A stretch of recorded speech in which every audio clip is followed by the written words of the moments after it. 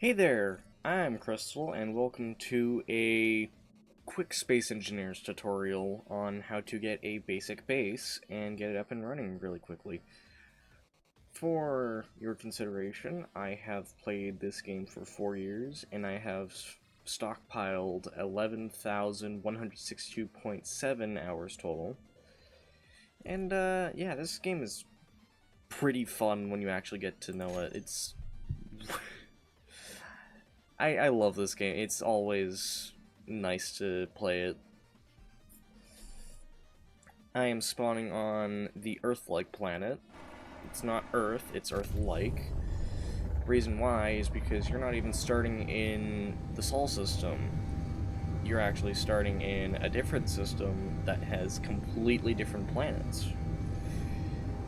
This system, unfortunately, is so big and has such a really annoying speed limit that you need something called a jump drive to cross it.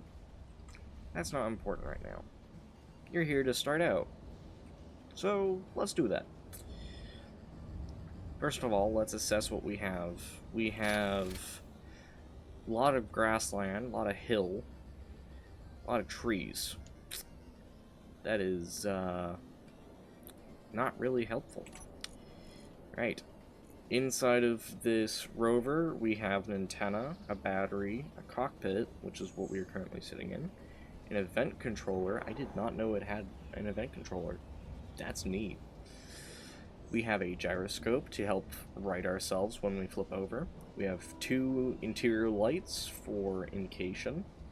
We have an ore detector, which will help us detect ores 50 meters down. We have a parachute hatch, which helped us get down. And we have 2 tanks. We have a hydrogen tank and an oxygen tank. With that, we have a survival kit that, yes, it will help us survive by making us some ingots through refining a bunch of stone. This is the production tab where you can actually select that, so let's do that. The keybinds I just used were Control and Shift plus spamming my left mouse button. And afterwards, we will have it start making 100 steel plates. Now, we already have about 500 iron ingots in our rover's inventory. It comes with that. However, what are you going to do when you run out? You're going to go mine stone. So, let's go find a good spot for our base. Because right here, not really a good spot. We want iron. Iron is one of the most used ores in the entire game. If you don't have iron, you are effectively screwed. Everything uses iron.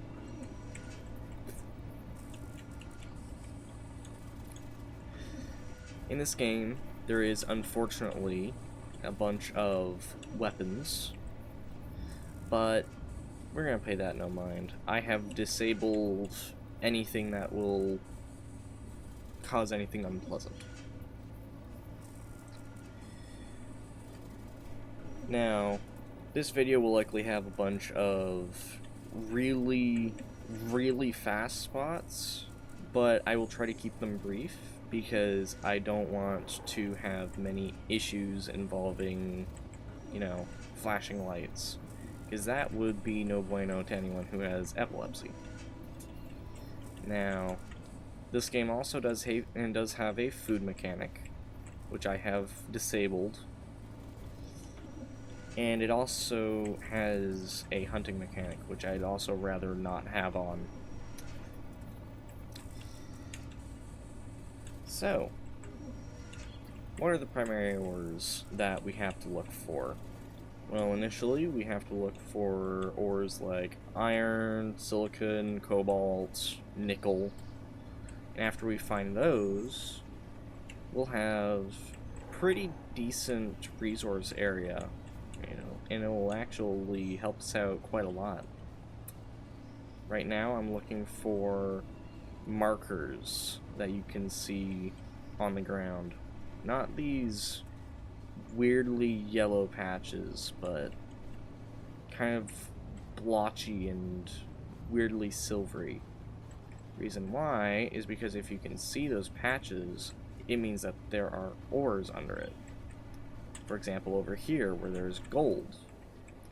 Is there any other ores over here? Because typically they aren't alone.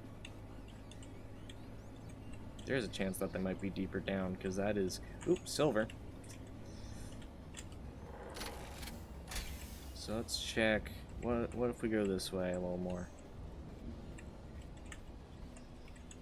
Gold, silver, gold, silver. Is there another one?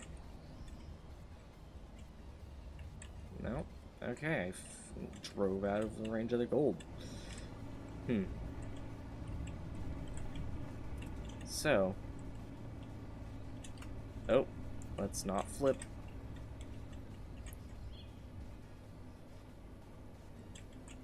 It would be very bad if we flipped.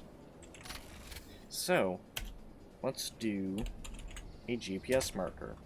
We're going to call this gold, comma, silver. And you can actually check them back here. There's a respawn pod area, and then there's a gold and silver GPS.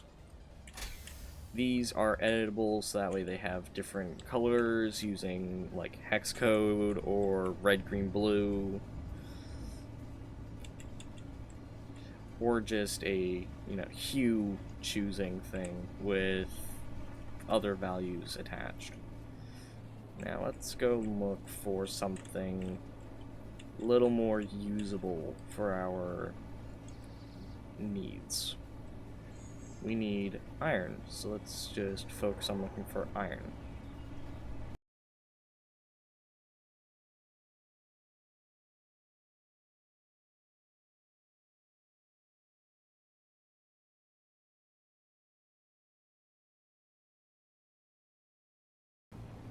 Ah, yes, right over here. A little more blotchy area. What is over here? Ah, iron. What else? There's iron over here. Is there cobalt?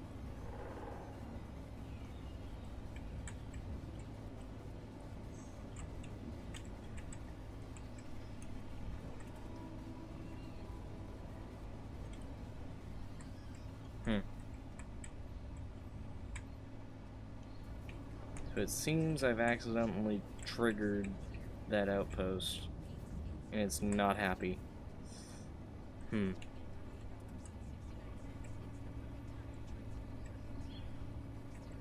I am not happy I'm not seeing anything else. Oh, there they are. Okay. There's gotta be something else over here. Oh, this is a very wide area. Oh, nickel and cobalt. Okay. So, let's start here. Let's get us some steel plate. So, what we're going to do is we're going to hold right click, make a neat little crater in the ground first, and we're going to double click on left mouse. It's very loud, but behind it, you get a bunch of stone, and it keeps on going.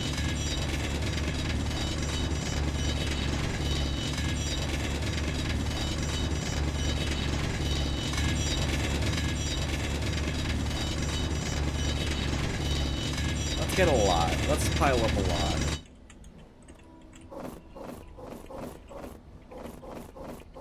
Pressing F collects it all. You have to rapid press it. And then you can shift control into the inventory. Now let's also pull out our 100 steel plates. Take out our light armor block. And place down a 5x5.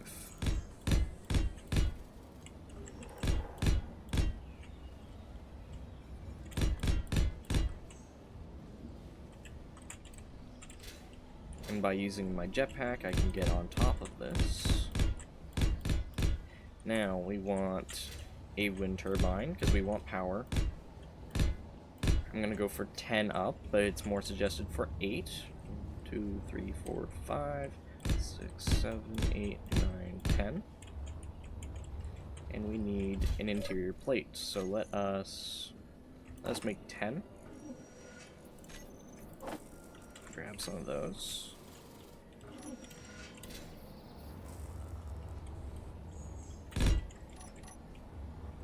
And we're also going to place a basic assembler with the conveyor port facing this way, and a basic refinery facing in the same direction.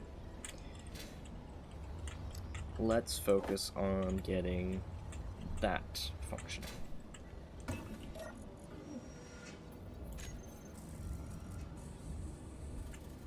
Now, that's going to take a while, so in the meantime,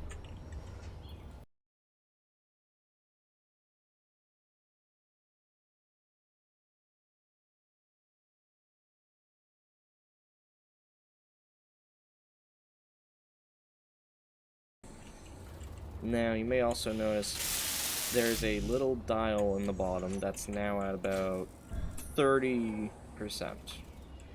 The label is H2 with the number at a smaller font and at the bottom. We're going to use the survival kit while it's still doing its thing and refill that. And at the same time, since I don't really need to, I'm going to open my helmet. And as you can see, I have a face. Helmet closed, helmet open. Helmet closed, helmet open.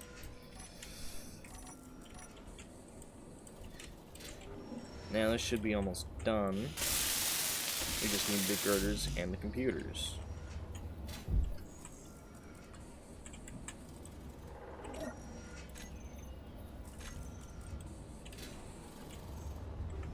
There we go. Now there is power. Now, let's get our basic assembler and basic refinery all built up. Because I think we want everything functioning.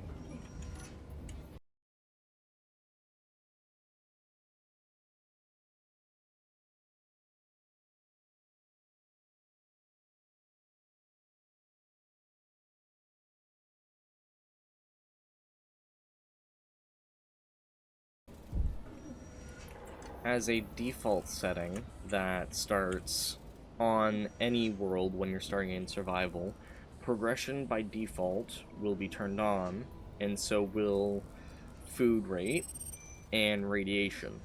If you want to avoid radiation, you can disable it. If you want to avoid having food altogether, you can disable it. Everything in this game is very decently customizable, and that's why I enjoy it. There is a large amount of mods from the community on the Steam Workshop, which is where I got my stuff. I got my Space Engineers off Steam, and it has really, really been nice to play, and it's really, really awesome.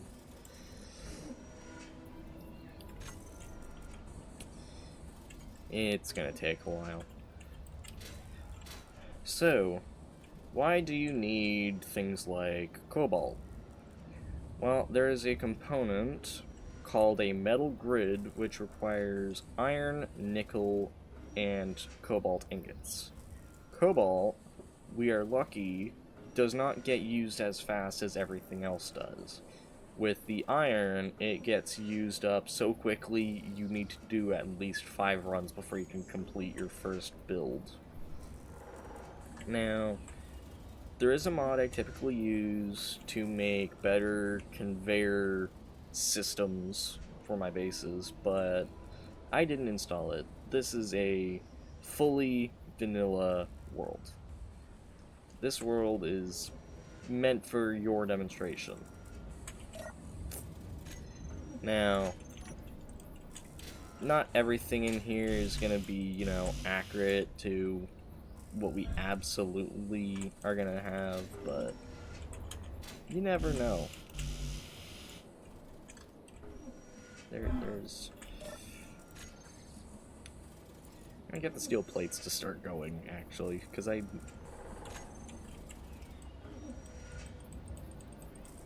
Now, by constantly pressing middle mouse without anything, I'm also constantly pulling components as they're being built. Which means I now should have enough to get it functional, but not enough to get it past that. Which means at 84%, it is functional, but it is fragile. The entire base here is fragile, but the reason why we didn't weld up any of the armor blocks is because that would take a while, and it's a waste of resources when you are absolutely new. If you are in very early tech, you do not need to use all of it.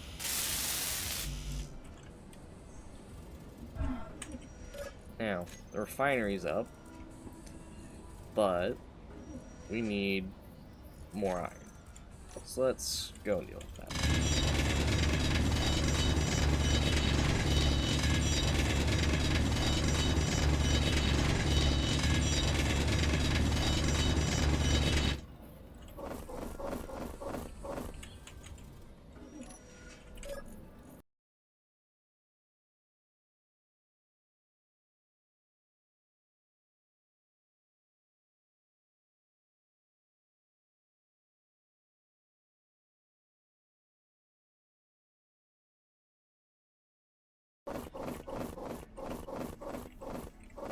Now, I also wouldn't recommend making a hole that is, like, vertically down.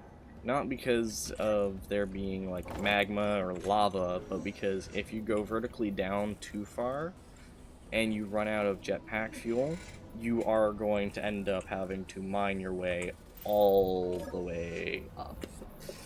And that ends up being very tedious and very annoying.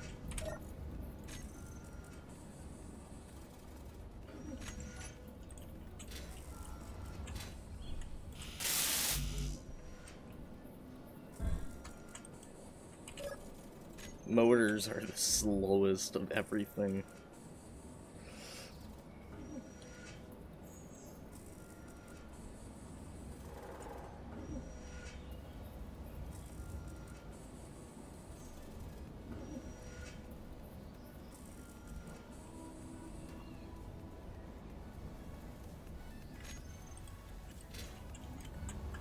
And basic assembler is now up and running. Now, instead of using the survival kit for all of its stone, you can now pull the stone out from there, and all of this material, all of it, you can pull it all and just throw it right into this assembler right here. The refinery will take the stone and leaves nothing else. There you have it. Functioning basic base, but I wouldn't say we're done yet. Let's see. Oh yeah, we have the time. Let's get some batteries. So we're gonna need some steel plates. So let's get this base to make 3 steel plate. We're gonna take that. We're gonna put down 3 batteries. 1, 2, 3. Now, by pressing right mouse button, you add things to the build planner down here. And by doing that, it allows you to go over here, hold shift, and do middle mouse. Now, by using the refinery instead of the survival kit, you also get a large amount more of components. Now, the upside about that is well, sorry, not components, ingots. I need to correct that. We get a lot more ingots out of the stone instead of, you know, everything else. But if we want things like iron. We can deal with everything else.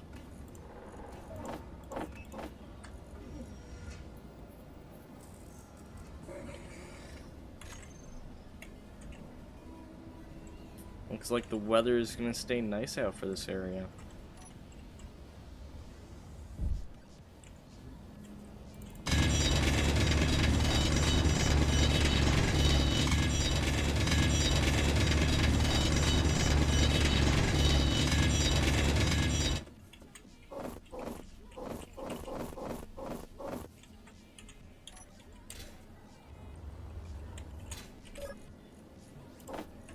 Now, this is just a very tedious process involving everything, but, I mean, nothing's wrong with it. You can get one battery built. So you know what? Let's do this. Let's just put it all into this one. Okay? Let's remove all the other batteries. Let's do that. So, we need a lot of things. Let's make sure all the computers are put in there. And let's just go down here and just mine.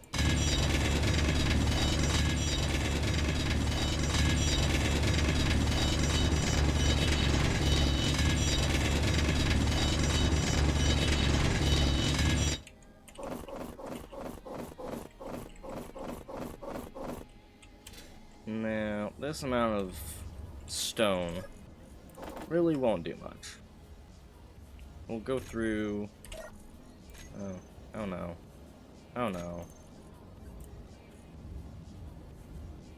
Oh no.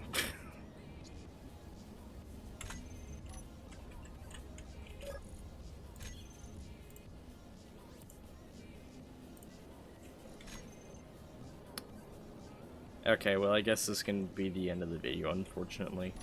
Because otherwise it's gonna take like 40 minutes. So, this would effectively be your functioning base.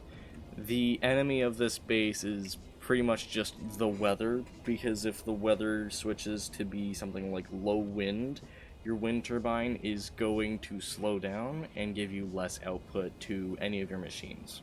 Which means your machines that need 280 kilowatts or megawatts or such will not get the input that they need from just one singular wind turbine.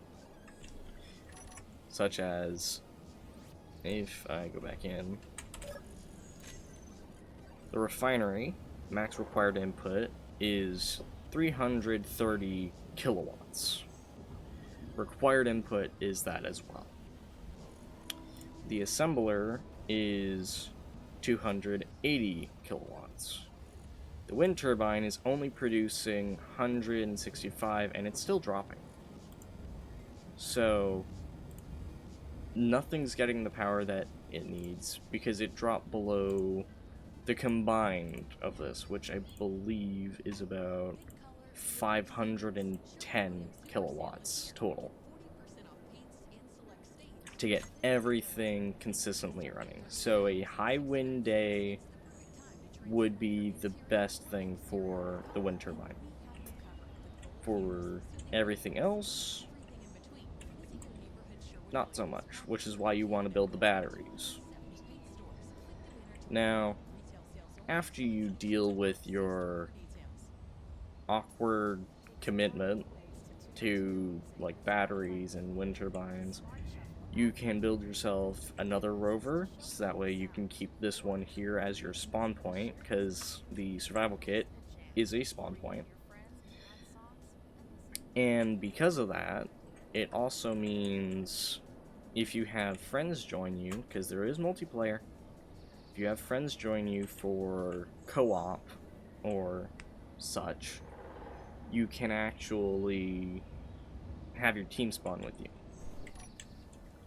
If there is no power to anything on what is called a grid, which is what these are, this is a small grid and that is a large grid. If there's no power on a grid, there is no power to anything like a survival kit or the tanks or your conveyors. Now, I'm just going to grab all my items and yeah, I have been Crystal. Thank you for watching.